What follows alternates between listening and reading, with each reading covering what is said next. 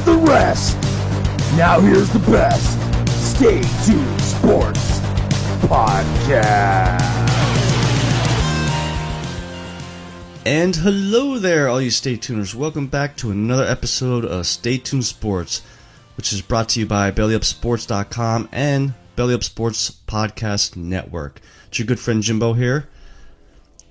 Back after a week away. I was a little under the weather, but still trying to get a little bit better. But I figure there's some stuff to talk about, especially Uncle Dana White pulling off his own little Mortal Kombat type fights, I guess, for UFC 249. As well as, it's going to be a kind of a mixture of everything this episode. I got some NFL talk, and we're going to actually talk a little bit iRacing.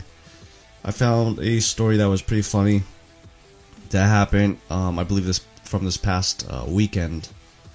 So, starting out, we're going to start off with some UFC stuff. Like I said, we didn't record last week at all, but Jon Jones once again is back in the news.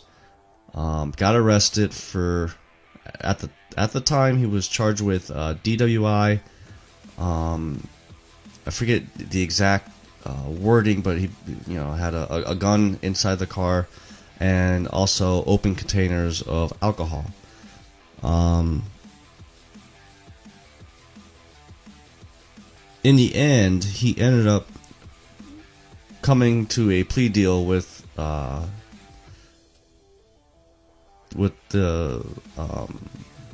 other attorneys, and at the beginning it was sounding like he was going to face jail time. Now, let's not forget, this is not his first time with a run-in with the law. He had the incident with the hit and run where he hit a car that had a pregnant woman inside of it, took off, was high on coke. He had the stripper incident where he supposedly choked the stripper. So he ends up making a plea deal with this incident. And so now, instead of looking at probably 2 to 3 years of jail time, he agreed to a 1-year supervised probation. Part of the deal, Jones will serve 96 hours of community custody program, which is a form of incarceration, but not really. It's basically house arrest. So obviously on house arrest, he's gonna have to have a ankle monitor. I did see that he's also gonna have to have a breathalyzer installed into any of the vehicles he owns, and the vehicle will not start unless he breathes into it and it shows that he is not under the influence. The charges that got dropped because of this plea deal were the negligent use of a deadly weapon, which was the gun, and the open containers. Now, obviously, I've said plenty of times that UFC should do something about this, but I don't think they could, because if they try to suspend Jon Jones, then they're basically saying that there's a fighters union. The fighters have contracts with UFC, but they are independent contracts, meaning they're basically saying, we're not part of a union, and we'll negotiate our terms of our fights. Now, what I think that UFC could do to kind of tell Jon Jones to smarten up here is they could strip him of the belt, which they already have with the hit and run incident. And I know they won't, because Jon Jones is one of their biggest draws, but lowball him, put him on a fight pass prelim card where he's only making $5,000 a fight. Stop letting him make these $50, $75, $100,000 a fight purse. And I'll bet you any money, you take that money away, one, he's not getting the money to spend on booze and drugs, but it will smarten him up. Now, Jones did have a statement that he released, and it's your typical, well, we all work to understand and cope with stress and uncertainties surrounding the current state of our world. Basically, he's making an excuse. Once again, I'm back in the headlines for, all the wrong reasons, blah, blah, blah. Listen, there's only so many times you could put that type of statement out there till you just finally say, listen, I can't get my shit together. And unfortunately, since John Jones is one of the bigger draws, UFC is just going to keep signing him to new fight contracts. I mean, I don't know how many fights left he has on this contract, but unless his next contract they put some type of provision in there that says, listen, you get in any type of trouble, we could null and void this contract. Because I really don't think UFC could do anything right now legally to punish him. Now, UFC 249 is supposed to happen April 18th. It was supposed to be Tony Ferguson versus Khabib for the 500th time that they tried to put this fight together. And here it is, the 5th time, still a no-go. Here's the backstory of how it all went down. So, obviously, with everything going on in the world with the coronavirus, and Dana White not really coming out. Now, originally the fight was supposed to happen in Brooklyn. Obviously, everything in New York is shut down, as well as 99% of the U.S.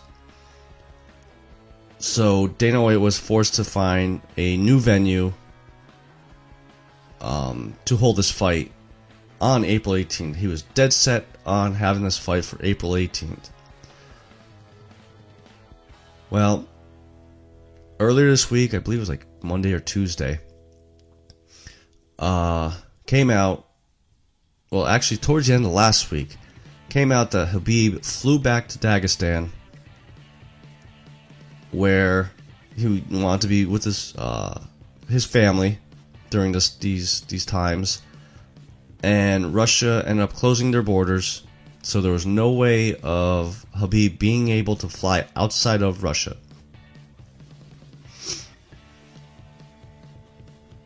Rumors started floating around that actually he could fly out on a private jet that he personally rented, this and that.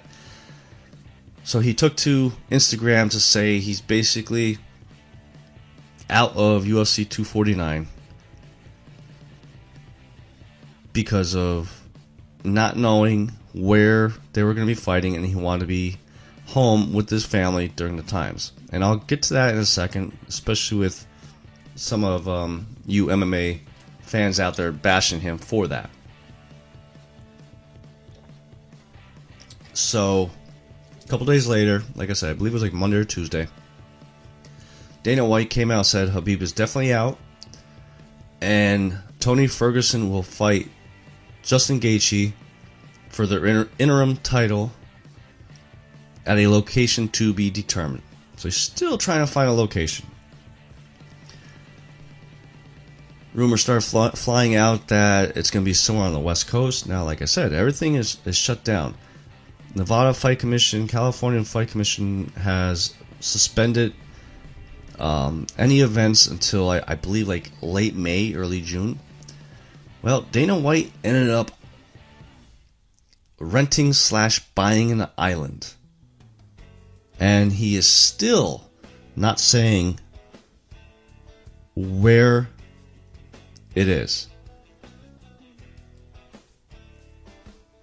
Now, the quote that Dana White said, that I just absolutely love, and I think he's a moron for doing this.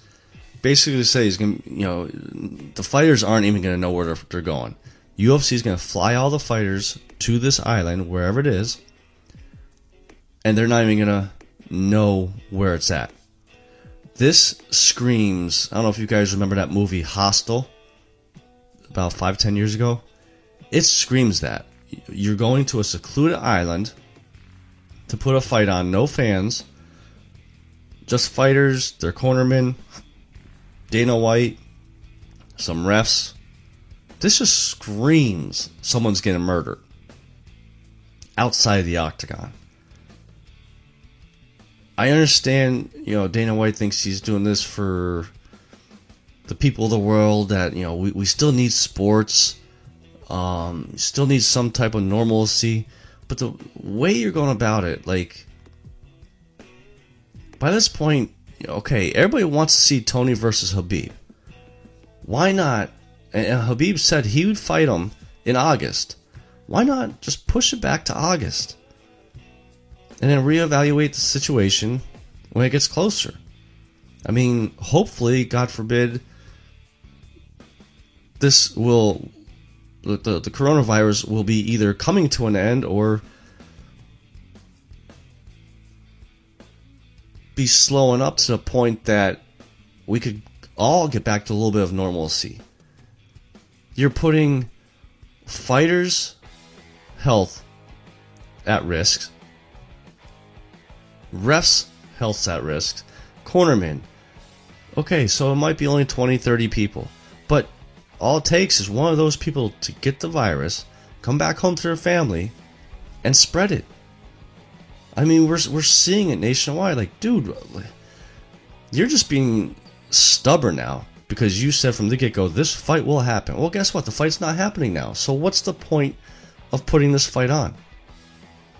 And here you are again, giving Tony Ferguson an interim title shot. Now, going back to Khabib spending time with the family during this time, a lot of MMA fans I've been seeing on Twitter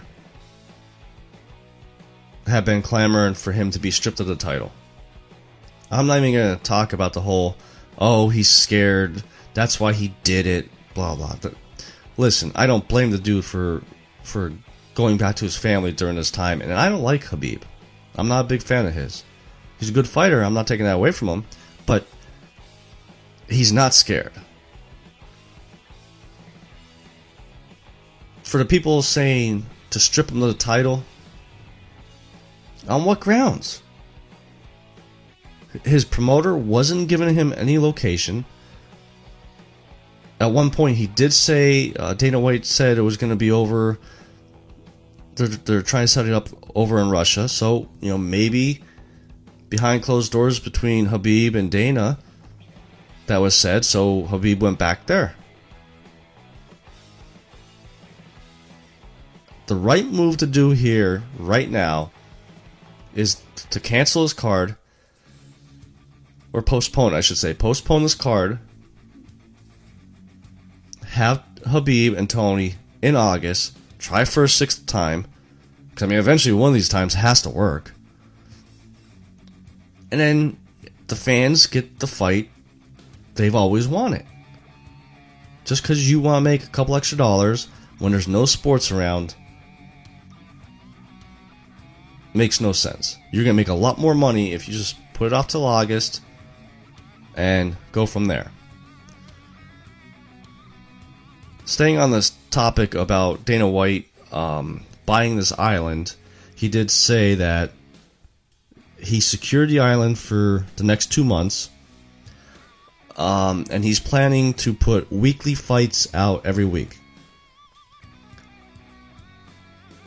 Here's my other question. What commission is overseeing this?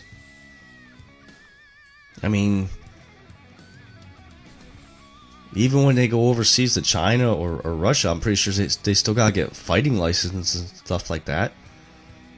So is this basically, Jean-Claude Van Damme, Bloodsport or something like that? Or Fight Club? What's the number one rule? don't say anything about Fight Club. So this whole thing is just a freaking circus and a half, and I'm not surprised. It's Dana White. It's either John Jones in the news, or Dana White in the news, or Conor McGregor. They're the big three circus acts. And then right before we just came on, Rose Namajunas has pulled out of the fight. No reason was disclosed. I'm just going to assume, and for the people saying she's weak, shut up. I'm going to assume she don't want to go because of the chance of her getting the coronavirus. I mean, okay, so Dana said it didn't really come out and say that the fighters are being tested, but they are somewhat being looked at.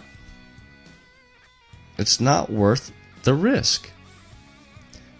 So, her fight with Jessica Andrade has been canceled, but they are looking for a replacement for Jessica.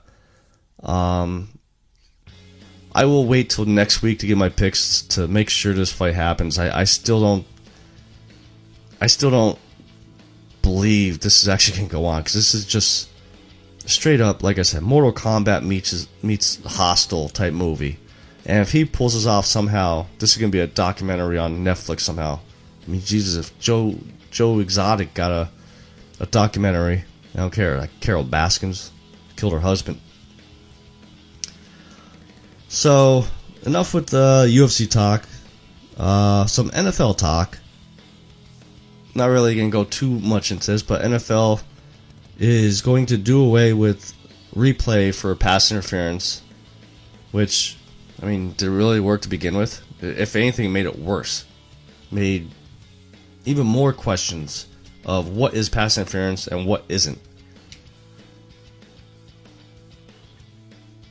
I just still think they need to go back into the rule book and really clarify what is pass interference.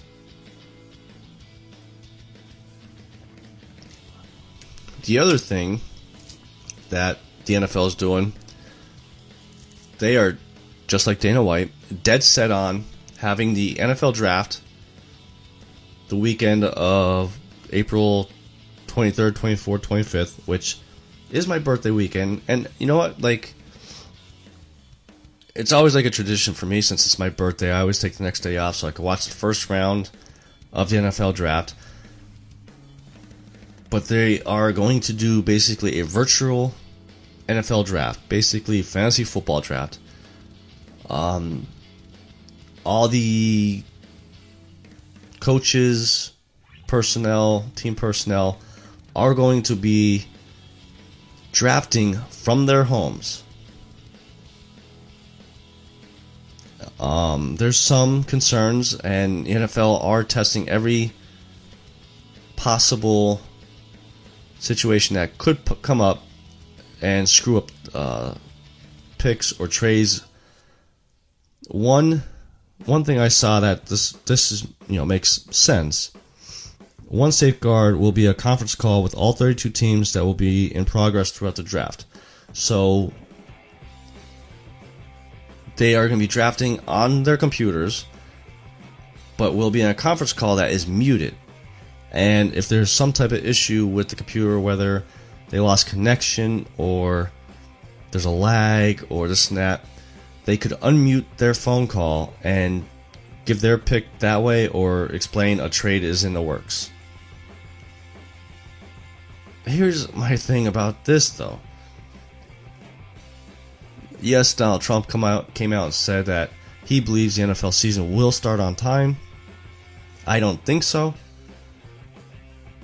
Why do a draft now when you're not going to have OTAs? You're not going to have I don't think you're going to have training camp start on time. I mean, usually training camp starts at the end of June. And I could see like a 2-week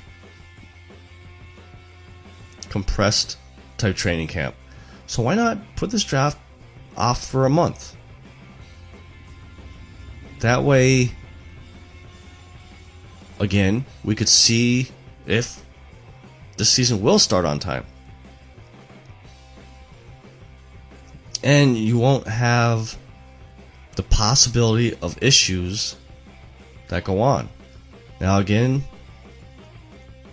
before I jumped on, I saw a report that there are a lot of NFL coaches that are a little worried about having IT guys come to their house to work out these kinks or show the coaches and the personnel guys how this is going to work.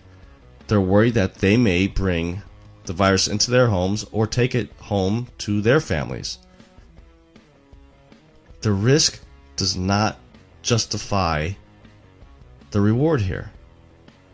I really, I really wish, even though it's a birthday thing of mine that I do every year, I really wish they would put it off a month. It's not going to affect, Chase Young dropping from 2 to 12, or it's not going to affect anything like that. I mean, teams aren't able to bring these kids in to try them out, so it's not like they're risking injuries. I just wish everybody would just kind of pump the brakes a little bit here. I'm not saying that we need to live our lives in fear, but got to use a little bit of common sense here. Is it really worth the risk? And I don't think it is. I really don't think it is. So before we go, like I said, we have a little bit of iRacing talk, which this coming Tuesday, the 14th, is the first annual Belly Up Provisional race, and the Stay Tuned sports car driven by Scott Crump will be in the race as well. So make sure you guys head over to YouTube and look up sim.tv, and in their video section, look for Pristine Auction. That's the league that the Stay Tuned sports car is racing in.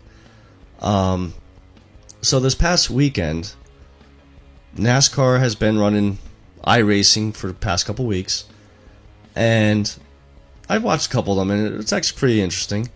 I'm not a big NASCAR fan to the point that I know all the racers. I know the main ones like Kevin Harvick and, as we talk here, Bubba Wallace. But Clint Bauer, he's slowly becoming one of my favorites because he's very animated during these races. This past week, I think they were at Bristol. And early on in the race, Clint Bauer, who is one of the in-race reporters, delivered a hilarious performance. So Bubba Wallace got up into him, and he just started yelling, "I got Bubbaed." Bauer shouted after he was moved out of line by Bubba Wallace, "I need a beer really bad." A few seconds later, it appeared Bubba Wallace rage quit. His car was sitting there. All of a sudden, next thing you know, it was gone. Wallace appeared to rage quit after the incident, and then he was quoted on saying, I believe he airs his on Twitch. He was quoted saying, "That's why I don't take this shit serious. Peace out." And then that's when he ended up quitting.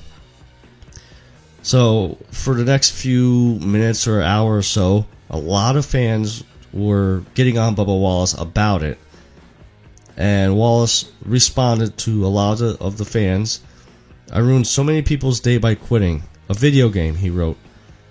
"Ha ha ha, a video game. Damn, quarantine life is rough." Well, unfortunately for Bubba Wallace, he actually lost one of his sponsors because of his responses and because of his rage quitting.